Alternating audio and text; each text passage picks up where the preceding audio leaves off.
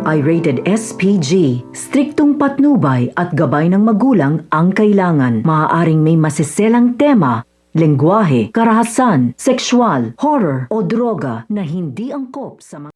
Dahil match nga itong si Ashley dito nga kay Jasmine, itinakas nga ni Thea itong si Ashley upang hindi na nga maisagawa ang donation para kay Jasmine. Subalit sa hindi inaasahang pangyayari ay mabubundol nga itong sila. Kaya naman nga't maaaksidente pa nga ang mag-ina. Samantalang wala naman ngang kahalam-alam itong si Edward na nagpatest na nga itong si Ashley dito nga kay Jasmine. Kaya naman nga't galit na galit itong si Edward kay Thea dahil hindi nga niya pinahihintulutan na ipatest nga itong si Ashley kay Jasmine.